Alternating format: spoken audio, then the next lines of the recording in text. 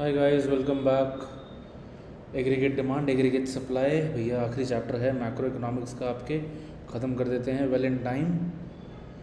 शुरुआत करेंगे बच्चों सबसे पहले एग्रीगेट डिमांड वर्ड से। एग्रीगेट डिमांड मतलब क्या?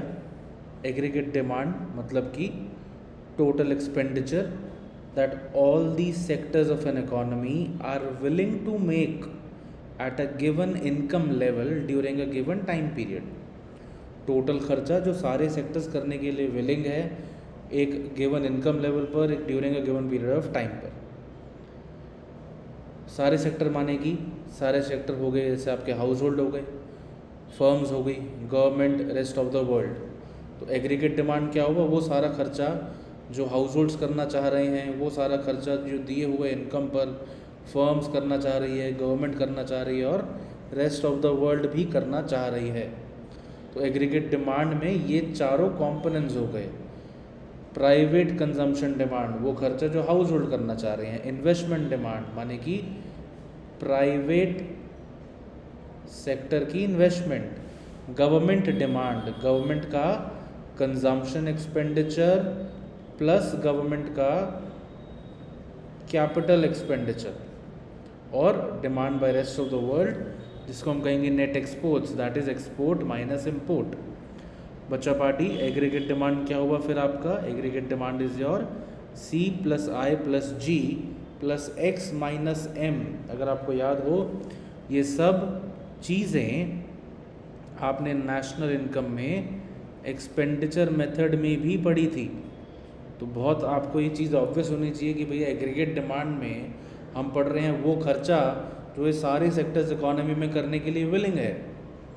एंड एग्रीगेट डिमांड वही चीज़ मेजर करता है जो एक्सपेंडिचर मेथड में हम मेजर करना चाह रहे थे, करेक्ट? तो aggregate demand is C plus I plus G plus X minus M। अभी मैं बाद में ले लूँगा डाउट्स यार, कर लो आप पहले, राइट।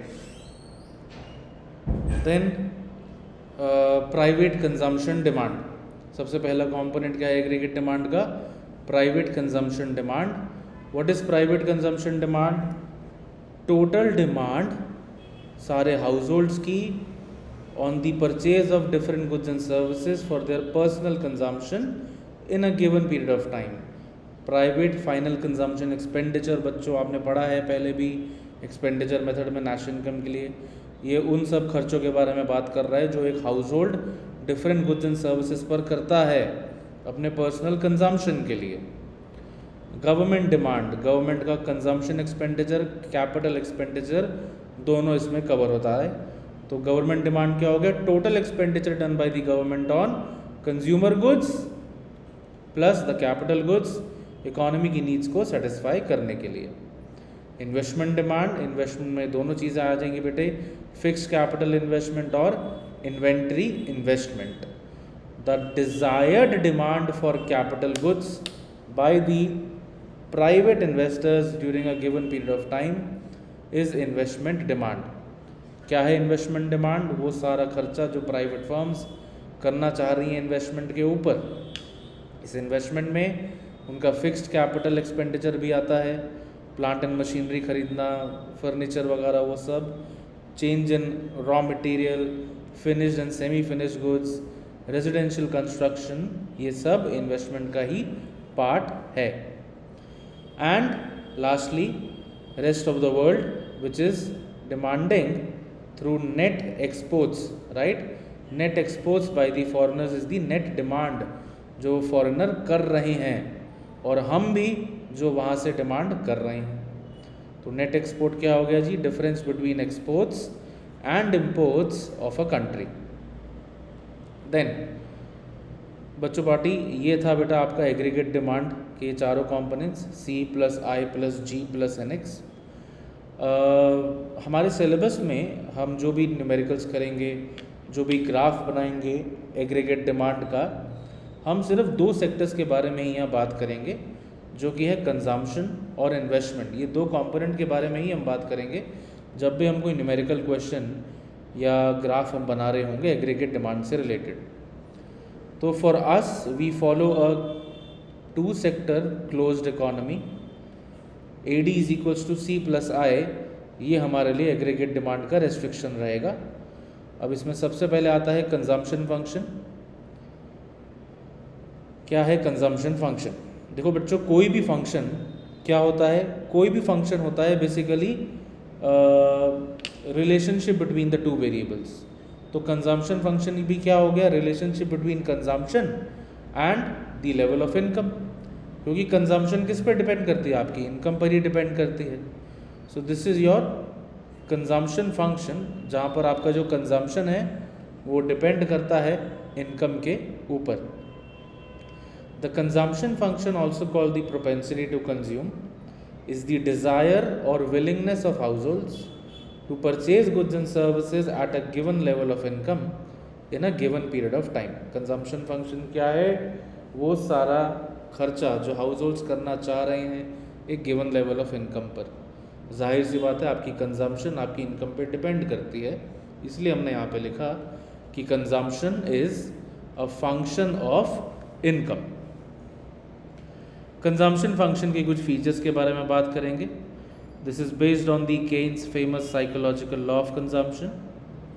ये लॉ क्या कहता है, जैसे जैसे आपकी इनकम बढ़ेगी आपकी कंजम्पशन भी बढ़ती रहेगी, लेकिन जिस प्रोपोर्शन से आपकी कंजम्पशन बढ़ेगी वो धीरे धीरे गिरता चले जाएगा। ध्यान रहे बच्चों, यहाँ बात हो रही है कंजम्पशन की, अपनी पर्सनल नीड्स को सेटिस्फाई करने वाली कंजम्पशन की। तो अब जब आपकी फ़िलहाल अगर इनकम आपकी कम है, उस इनकम का ज़्यादातर हिस्सा आपकी कंजम्पशन नीड्स को सेटिस्फाई करने में चले जाएगा। जब आपकी इनकम बहुत ज़्यादा हो जाएगी तो फिर आपका जो जिस स्पीड से आपकी कंजम्पशन के ऊपर खर्चा बढ़ रहा है वो स्पीड कम हो जाएगी। मैं ये नहीं कह रहा कि इनकम बढ़ने से आपकी कंजम्पशन गिरेगी, इनकम बढ़ने से कंजम्पशन भी बढ़ेगी, लेकिन जिस स्पीड से कंजम्पशन बढ़ रही है ना, बढ़ती हुई इनकम के साथ वो कम हो जाएगी, क्योंकि फिर आप ज़्यादा पैसा लगाओगे इन्वेस्टमेंट की तरफ, आप घर खरीदोगे, आप प्रॉपर्टीज़ इन्वेस्टमेंट्स करोगे, राइट। अब मुकेश अंबानी की इनकम ऐसे बढ़ते जा रही है, लेकिन उसका जो कंजम्पशन एक्सपेंडिचर है वो उस स्पीड से नहीं बढ़ रहा है जिस स्पीड से वो इनकम बढ़ रही है, right. Then positive consumption when the income level is zero. बच्चों, जब आपकी इनकम ज़ीरो होती है इसका ये मतलब नहीं कि आपकी कंजम्पशन भी ज़ीरो रहेगी। हर किसी को एक मिनिमम लेवल ऑफ कंजम्पशन तो चाहिए ना सर्वाइव करने के लिए, उसी को हम कहते हैं बेटा ऑटोनॉमस कंजम्पशन। ऑटोनॉमस कंजम्पशन करेंगे हम डिस्कस डिटेल में। तो जब इनकम लेवल ज़ीरो होगा इसका ये मतलब नहीं है कि कंजम्पशन भी ज़ीरो होगा। कंजम्पशन हमेशा कुछ ना कुछ होती है बेटे, कंजम्पशन हमेशा पॉजिटिव रहती है, हमेशा कंजम्पशन जो है ज़ीरो से ज़्यादा रहेगी। हाउस होल्ड कैसे इस ऑटोनॉमस कंजम्पशन को मीट करता है, कैसे उन सिचुएशंस में जब उसकी इनकम ज़ीरो है तब भी कैसे वो अपने आप को फाइनेंस कर रहा है, तब भी कैसे वो अपनी कंजम्पशन नीड्स को फुलफ़िल कर रहा है। अब जैसे कोविड के टाइम में बहुत लोगों की जॉब चली गई थी, इनकम उनकी ज़ीरो हो गई थी जॉब जाने के बाद, पर क्या कंजम्पशन ज़ीरो हुई थी? नहीं। क्यों? क्योंकि उनके पास कुछ पुरानी सेविंग्स थी, उन्होंने पैसा बोरो किया और कुछ ने अपने बचे कुछ एसेट्स को सेल किया और उससे अपना कंजम्पशन नीड को पूरा किया। तो हाउस होल्ड अपनी कंजम्पशन नीड्स को, ऑटोनॉमस कंजम्पशन को ख़ास तौर पे इन 3 रीजंस के थ्रू मीट करता है। पुरानी सेविंग्स को यूज़ करना, एसेट्स को बेचना या फिर पैसा बोरो करना। वो कंजम्पशन जो आपकी इनकम लेवल पे डिपेंड नहीं करती उसको हम कहते हैं ऑटोनॉमस कंजम्पशन, और वो जो इनकम पे डिपेंड करती है उसको क्या कहेंगे? Induced consumption. एक कंजम्पशन फंक्शन का ये एक फंक्शनल फॉर्म है, C = C बार प्लस स्मॉल b y। ये जो C है, कैपिटल C, ये हो गया आपका total consumption. Your total consumption is made of autonomous consumption plus induced consumption. Autonomous consumption क्या है? वो कंजम्पशन जो आप ज़ीरो लेवल ऑफ इनकम पर भी करते हो, फिर इनकम बढ़ने के साथ साथ आप उस इनकम का एक हिस्सा कंज्यूम करते हो ना। स्मॉल b है वो हिस्सा। क्या है स्मॉल b? वो हिस्सा जो आप कंज्यूम करते हो अपनी एडिशनल इनकम का। मान लेते हैं आप हमेशा अपनी इनकम का 60% कंज्यूम करते हैं, तो ये स्मॉल बी क्या हो गया, 60/100, 0.6। अगर आपकी इनकम है 1000 तो आपकी इंड्यूस्ड कंजम्पशन क्या हो गई बेटा, 0.6 मल्टीप्लाइड बाय 1000, जो कि हो गया बेटा 600 रुपये। 600 रुपये हो गया आपका small b y induced consumption. दोबारा से समझेंगे टोटल कंजम्पशन कैसे निकाली जाती है, autonomous consumption plus induced consumption. Autonomous consumption हो गया सी बार, इंड्यूस्ड कंजम्पशन क्या हो गया small b y. Small b क्या है, स्मॉल बी है अपनी एडिशनल इनकम का मैं जितना हिस्सा एडिशनली कंज्यूम करता हूँ उसे स्मॉल बी कहते हैं, और वाई हो गया आपका इनकम लेवल।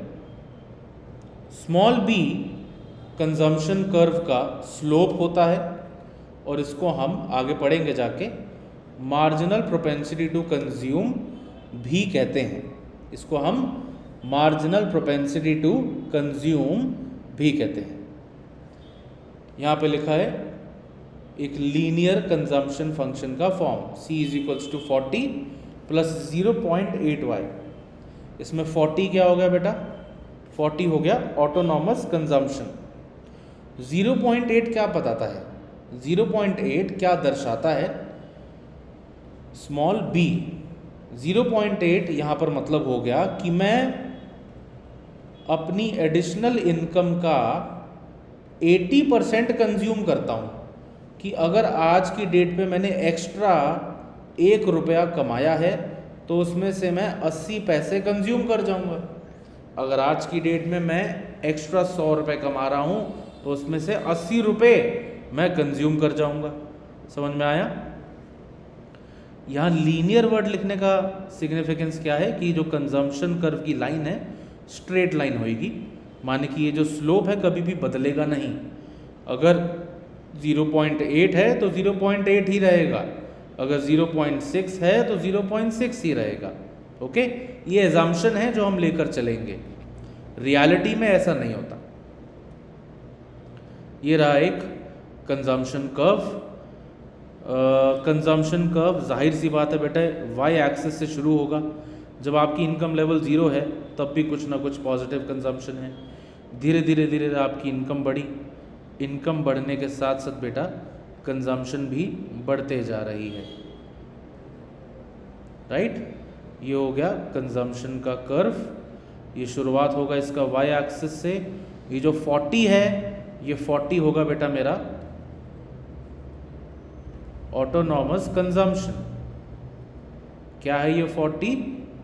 Autonomous consumption. और ये वाई वाली लाइन जो है वो इनकम की लाइन है। ठीक, वाई वाली लाइन मेरी इनकम की लाइन है, 45 डिग्री पे बनेगी।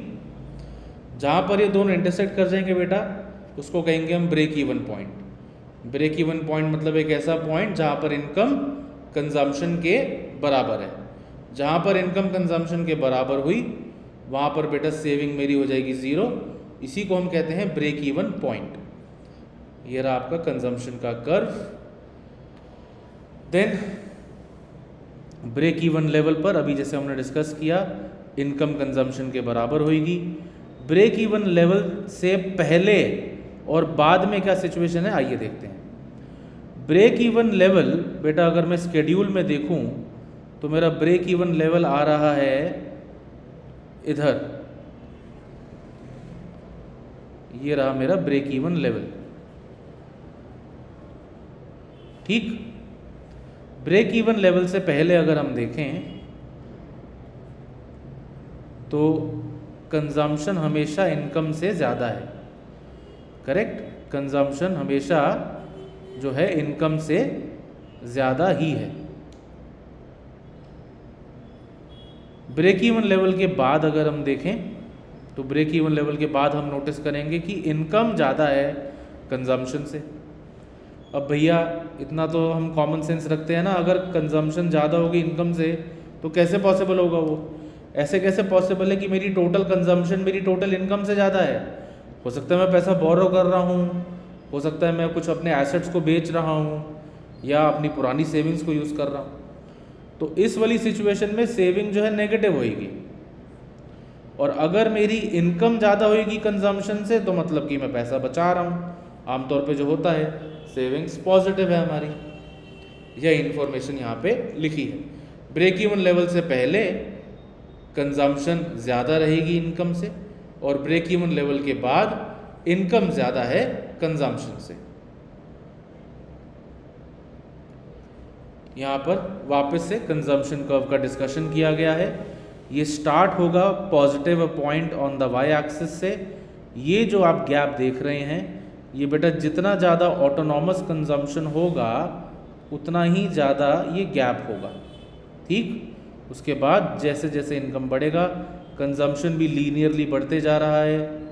यहाँ पर हम ब्रेक इवन पॉइंट अचीव कर रहे हैं। कंजम्पशन कर्व अपवर्ड स्लोपिंग रहेगा। क्यों रहेगा कंजम्पशन कर्व अपवर्ड स्लोपिंग? देखो भैया कंजम्पशन कर्व क्या है? कंजम्पशन और इनकम के बीच का रिलेशन। इनकम बढ़ेगा कंजम्पशन बढ़ेगा, डेफिनेटली अपवर्ड स्लोपिंग ही होगा, स्ट्रेट लाइन में है और ब्रेक इवन पॉइंट पर इनकम कंजम्पशन के बराबर है। उससे पहले कंजम्पशन ज़्यादा है इनकम से और ब्रेक इवन पॉइंट के बाद इनकम ज़्यादा है कंजम्पशन से। ठीक है जी, ये हो गया आपका कंजम्पशन कर्व। आगे बढ़ेंगे, प्रोपेंसिटी टू कंज्यूम। अब ये दो रेशियोज के बारे में हम समझेंगे बेटा, average propensity to consume APC and marginal propensity to consume MPC. Average propensity to consume क्या होगा बेटे?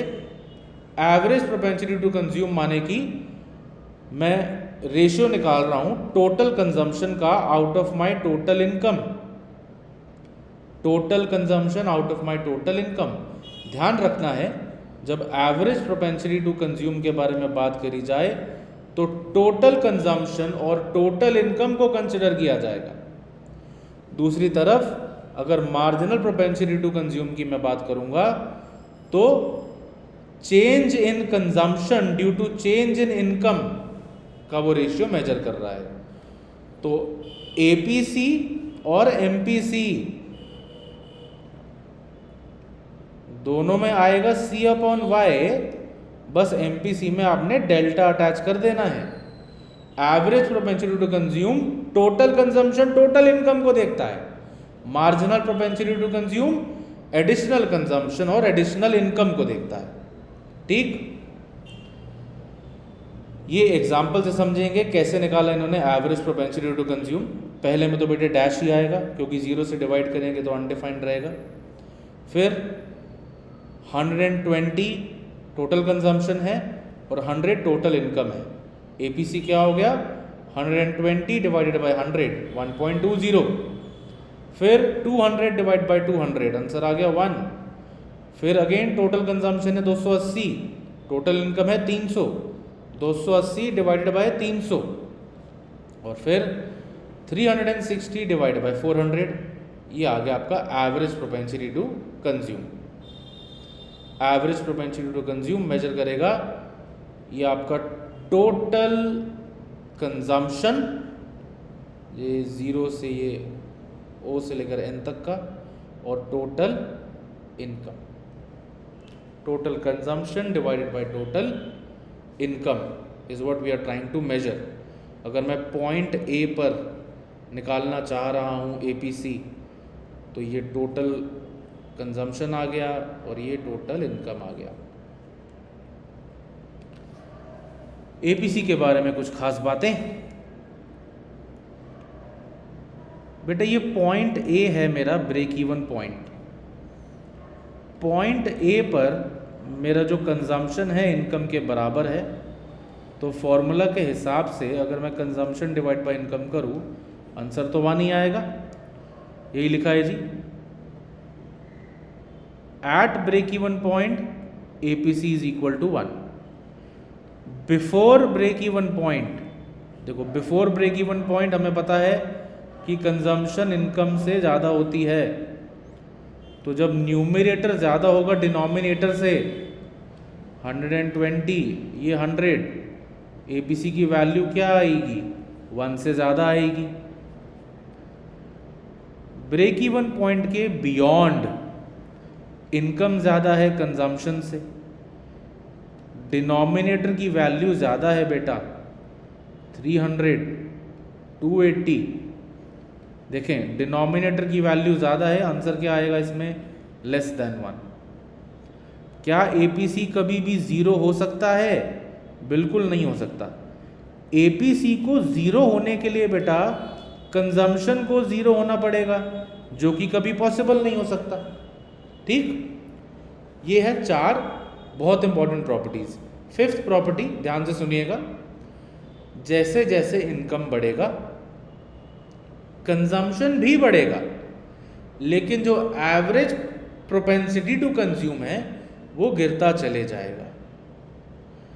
आज आपकी मंथली इनकम मान लेते हैं 1000 रुपये है, ज़्यादा कुछ बचता नहीं होगा सेव करने के लिए, 900 रुपये तक आप कंज्यूम कर जाते होगे, 0.9 हो गया एपीसी। कल को ये 1000 रुपये की इनकम जब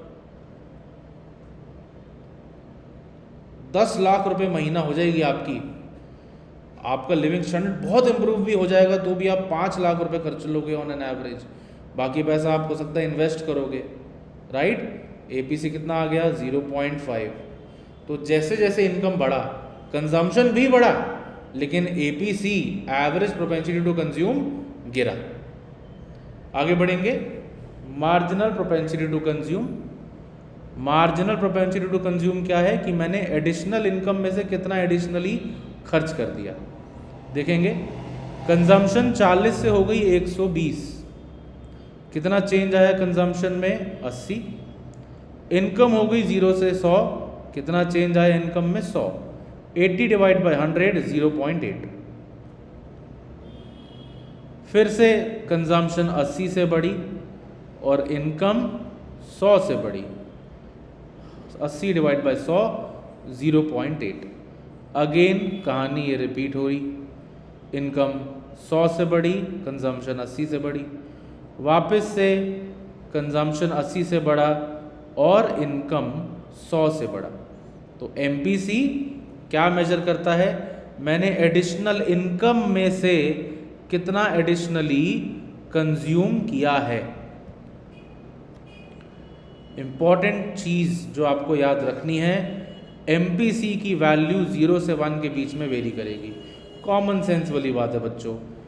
क्या ऐसा हो सकता है कि आज मैंने एक्स्ट्रा 1000 रुपया जो कमाया उसमें से मैंने कुछ भी नहीं खर्च किया? बिल्कुल हो सकता है।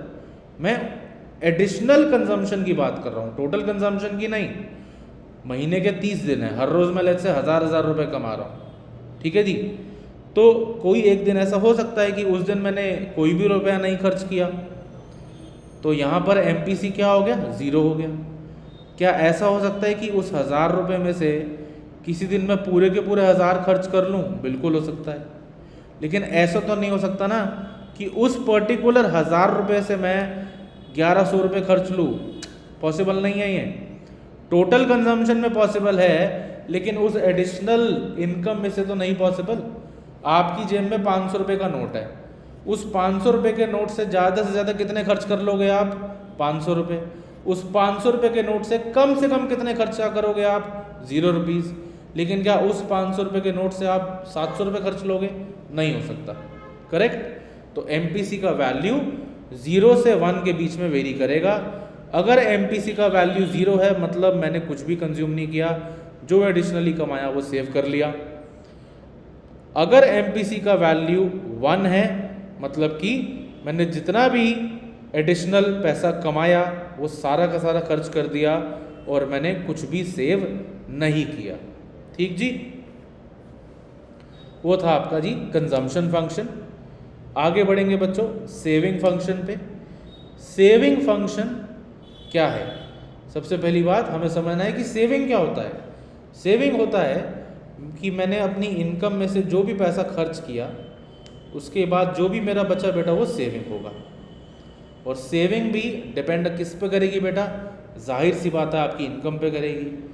आपकी जितनी इनकम होगी उतनी अच्छी आपकी सेविंग होगी। तो saving is also a function of income. Saving भी क्या हो गया, एक फंक्शन है इनकम का। इसी डेटा को हम यूज करेंगे बेटे। देखिए, जब इनकम लेवल 0 है, आपका कंजम्पशन 40 है, ये है ऑटोनॉमस कंजम्पशन। कैसे पॉसिबल हुआ, मैंने अपनी पुरानी सेविंग्स को यूज़ किया, मेरी सेविंग्स हो गई -40, मेरी कंजम्पशन उसके बाद हो जाती है 120, इनकम है 100, अभी भी 20 रुपये एक्स्ट्रा मैं खर्च कर रहा हूँ, मेरी नेगेटिव सेविंग्स। फिर इनकम 200 और कंजम्पशन भी 100, क्या है ये, ब्रेक इवन पॉइंट, सेविंग हो गई 0। फिर जैसे जैसे इनकम बढ़ी, कंजम्पशन भी बढ़ी, लेकिन अब हम सेव भी तो कर रहे हैं। तो क्या ये बात भी सच है या नहीं है कि इनकम बढ़ने के साथ साथ हमारी सेविंग भी बढ़ती है। सेविंग का कर्व,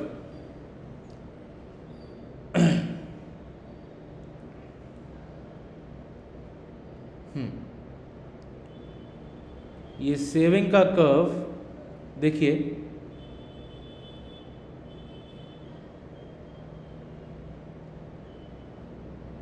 सेविंग इज बचे y - c। ये c क्या होता है, c बार प्लस स्मॉल b y, तो इसको मैं लिख देता हूँ -c बार प्लस 1 - b ब्रैकेट में y। ठीक, सेविंग 0 लेवल ऑफ इनकम पर किसके बराबर होगी, अगर मेरा इनकम लेवल 0 है तो सेविंग किसके बराबर हुई, -c बार के। करेक्ट, c बार माने ऑटोनॉमस कंजम्पशन और -c बार माने की डिस सेविंग जो हो रही है उस ऑटोनॉमस कंजम्पशन की वजह से। तो जी जितनी ज़्यादा ऑटोनॉमस कंजम्पशन होएगी उतनी ज़्यादा नेगेटिव सेविंग होएगी। ये जो गैप आप देख रहे हो, ये जो मैं गैप मार्क कर रहा हूँ इधर, ये ऑटोनॉमस कंजम्पशन के बराबर है। इतने ही गैप पे ऊपर कंजम्पशन का कर्व बना होगा। यहाँ से कंजम्पशन का कर्व शुरू हुआ है और यहाँ से फिर आपकी नेगेटिव सेविंग हुई। Saving curve negative y axis से शुरू होगा। सेविंग कर्व भी आपका अपवर्ड स्लोपिंग रहेगा बेटा, क्योंकि जैसे जैसे इनकम बढ़ेगा सेविंग भी बढ़ेगा। जिस पॉइंट पर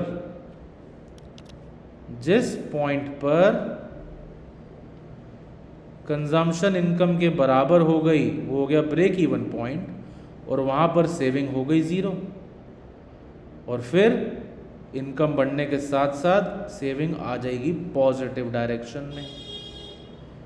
तो बच्चा party, at break even point saving curve इधर है, ब्रेक इवन पॉइंट से पहले सेविंग कर्व नेगेटिव दिशा में है और सेविंग कर्व पॉजिटिव डायरेक्शन में पहुंच जाता है ब्रेक इवन पॉइंट के राइट हैंड साइड पे।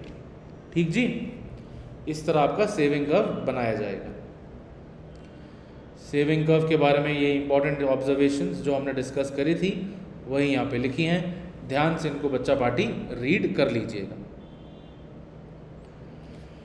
Then average propensity to save, वैसे ही जैसे आपने एवरेज प्रोपेंसिटी टू कंज्यूम पढ़ा, हम पढ़ेंगे average propensity to save.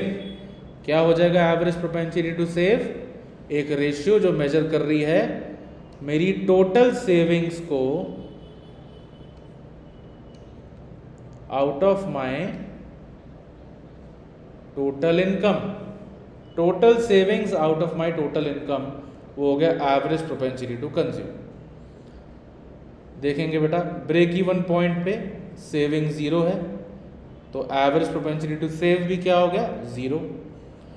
Break even point से पहले नेगेटिव सेविंग था, एपीएस भी नेगेटिव हो गया और उसके बाद धीरे धीरे एपीएस पॉजिटिव होना शुरू हो गया।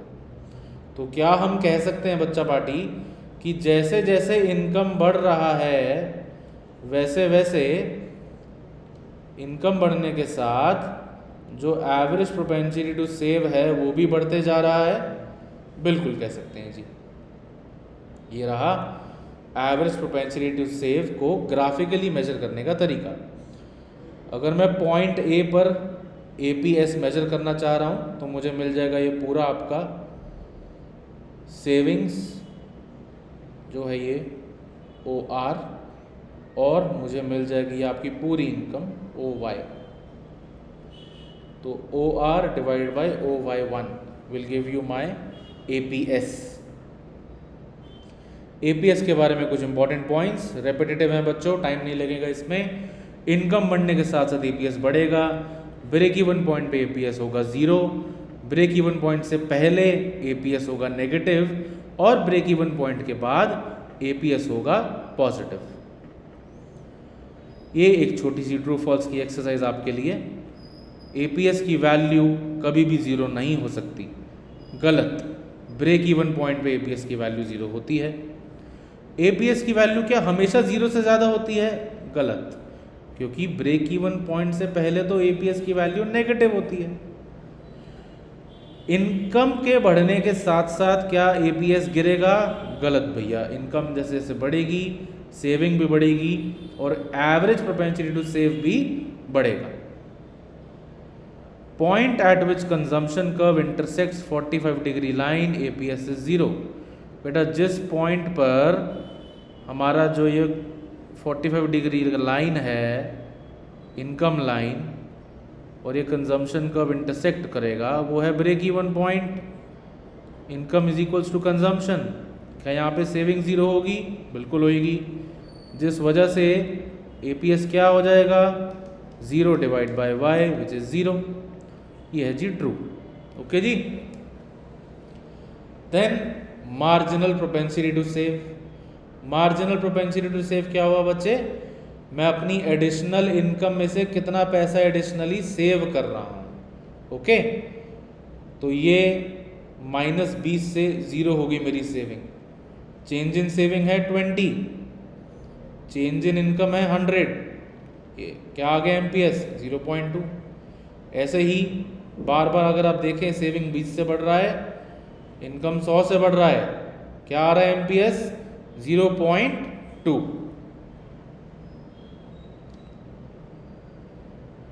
देन MPS क्या मेजर करता है?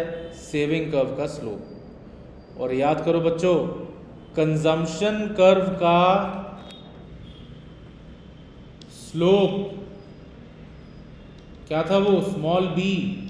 स्मॉल b माने marginal propensity to consume. MPS का वैल्यू बेटा हमेशा कांस्टेंट रहेगा, जिस वजह से जो सेविंग कर्व है वो हमेशा स्ट्रेट लाइन होगा, लीनियर होगा आपका। जैसे लीनियर कंजम्पशन कर्व वैसे ही linear saving curve. Then MPS का रेंज ये भी बेटा 0 से 1 के बीच में लाई करेगा। मैंने आज 500 रुपये कमाए, क्या पॉसिबल है कि इस 500 रुपये में से मैं पूरे के पूरे 500 रुपये उड़ा दूँ? बिल्कुल पॉसिबल है जी। उस केस में चेंज इन सेविंग 0 हो गया और MPS क्या होगा? 0। फॉर्मूला तो याद ही है आपको, delta S by delta Y। अगर ये पूरे के पूरे 500 रुपये में बचा लूँ तो उस केस में मैंने पूरे 500 बचा लिए, एडिशनल सेविंग 500, एडिशनल इनकम 500, आगे MPS 1। क्या ऐसा हो सकता है कि मेरी जेब में 500 रुपये मैंने आज जो कमाए और मैंने घर जाते जाते उसको 600 कर लिया बिना कुछ खर्च करे, सेव करे? और ना, MPS का वैल्यू भी 0 से 1 के बीच में ही लाए करेगा। ये बच्चा पार्टी इम्पॉर्टेंट है। कई दफ़ा एग्ज़ाम में पूछा गया है, ग्राफिकली बताओ, सॉरी न्यूमेरिकली बताइए कि APS और APC के बीच का रिलेशनशिप क्या है। देखेंगे ये,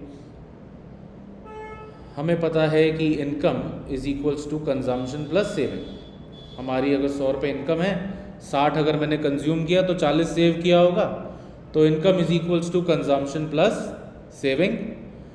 dividing both sides by y, ये आ गया हमारे पास y अपॉन वाई हो गया 1, c अपॉन वाई हो गया बेटा APC, और s अपॉन वाई हो गया APS।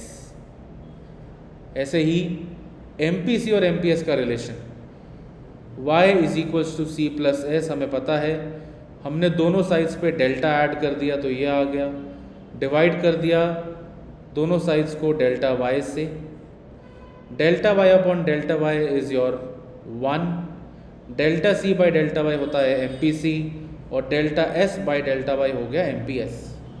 तो ये दोनों चीज़ें आपने अच्छे से याद रखनी है बच्चों। क्या है ये दोनों चीज़ें? MPC plus MPS is equal to 1 and APC plus APS is equal to 1। एक ये छोटी सी एक्सरसाइज है, मैं क्वेश्चन नंबर 2 करता हूँ आपके लिए, इधर क्वेश्चन 1 आपके लिए छोड़ा। APS है बेटा, APC है 0.8, सेविंग निकालनी है 2000 की इनकम लेवल पर। देखिए APC होता है C अपॉन वाई, और C अपॉन वाई दे रखा है किसके बराबर? 0.8 के बराबर। मुझे इनकम लेवल दे रखा है 2000 का, करेक्ट जी? क्या इससे मैं कंजम्पशन निकाल सकता हूं? बिल्कुल। 1600 मेरी कंजम्पशन हो गई बेटा, 2000 मेरी इनकम है, तो जो बचे हुए 400 रुपये हैं वही मेरी सेविंग हो गई, राइट? शाबाश। देन बच्चा party, one of the most frequently asked questions, derivation of linear saving curve, linear saving function from consumption function। ये हमने अभी सॉल्व करा था ये equation, saving is equals to minus c bar plus 1 minus b y. ये minus c bar capital में है बच्चों, माइनस सी बार माने कि dissaving at zero level of income, और 1 माइनस बी क्या हो गया? 1 माइनस बी हो गया आपका मार्जिनल प्रोपेंसिटी टू सेव, और ये हमेशा रहेगा कांस्टेंट, ठीक? देन कैसे हम कंजम्पशन कर्व से सेविंग कर्व को डिराइव करेंगे? जहां पर बेटा ब्रेक इवन पॉइंट है वहां पर मुझे पता है सेविंग 0 है, जितना ऑटोनॉमस कंजम्पशन होगा उतना नेगेटिव सेविंग होगा। तो सेविंग कर्व के शुरू होने का पॉइंट हमें मिल गया है OS, which is equal to negative of this OC। फिर हमने देखा कि जो कंजम्पशन कर्व की लाइन है वो इंटरसेक्ट कर रही है 45 डिग्री वाली लाइन OY को E पॉइंट पे, और उसी पॉइंट पे हमने मार्क कर दिया सेविंग है 0। Then as income increases savings become positive, और मेरा यही सेविंग कर्व फिर आगे स्ट्रेच होके पॉजिटिव डायरेक्शन में फ्लो करना शुरू कर देता है। This is how you derive saving curve from consumption curve. Then एक छोटा सा न्यूमेरिकल आपके लिए और, कंजम्पशन फंक्शन दिया हुआ है, इससे सेविंग फंक्शन निकालेंगे बच्चों। क्या होगा saving function? Minus c bar plus 1 minus b Y. बेटा माइनस सी बार क्या हो गया? ऑटोनॉमस कंजम्पशन है 120, उसका नेगेटिव हो गया माइनस 120, प्लस स्मॉल बी है 0.4, 1 माइनस बी जो कि MPS हो गया, वो हो गया 0.60, और y। ये आ गया मेरा पहला पार्ट सेविंग फंक्शन निकालने का। अब बताइए कि सेविंग कितनी होएगी अगर आपका इनकम लेवल है 500 करोड़? कुछ भी नहीं करना, इसी सेविंग फंक्शन में हमने इनकम की जगह 500 डाल देना है।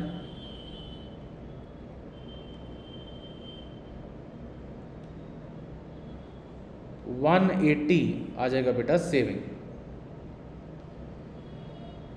फिर लिखा है कौन सी इनकम लेवल पर सेविंग 0 हो जाएगी?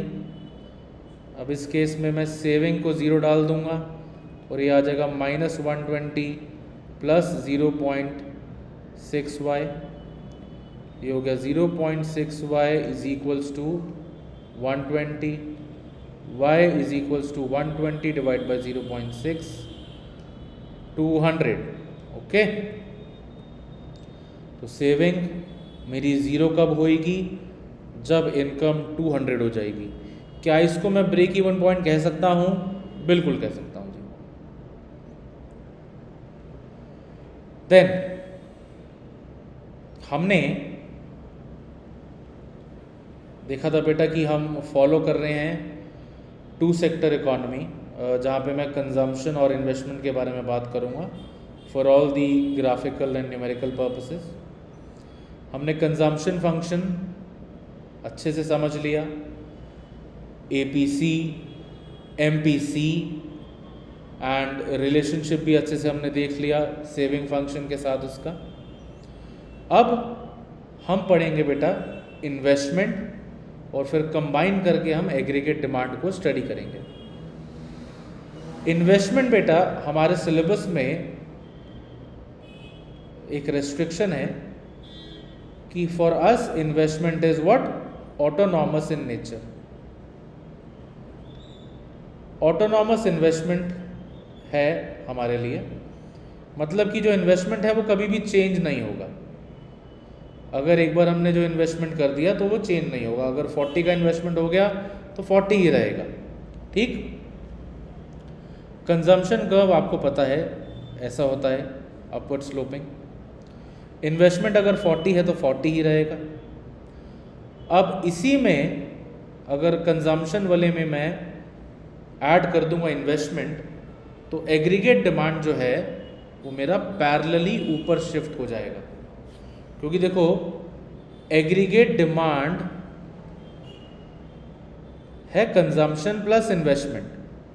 अगर मुझे एग्रीगेट डिमांड और कंजम्पशन के बीच का डिफरेंस देखना है तो वो क्या है? AD माइनस C क्या है? इन्वेस्टमेंट ही तो है, और इन्वेस्टमेंट कभी भी चेंज नहीं होती, तो दोनों के बीच का जो गैप है वो हमेशा पैरेलल ही तो रहेगा।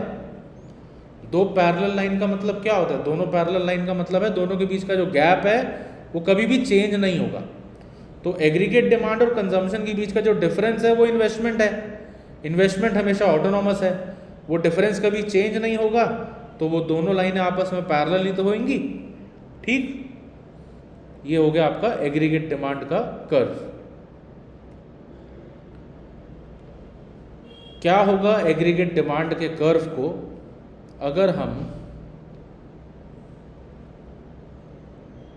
ये जैसे आपका एग्रीगेट डिमांड का कर्व है, तो बताइए क्या होगा एग्रीगेट डिमांड के कर्व को अगर मार्जिनल प्रोपेंसिटी टू कंज्यूम को बढ़ा दिया जाए।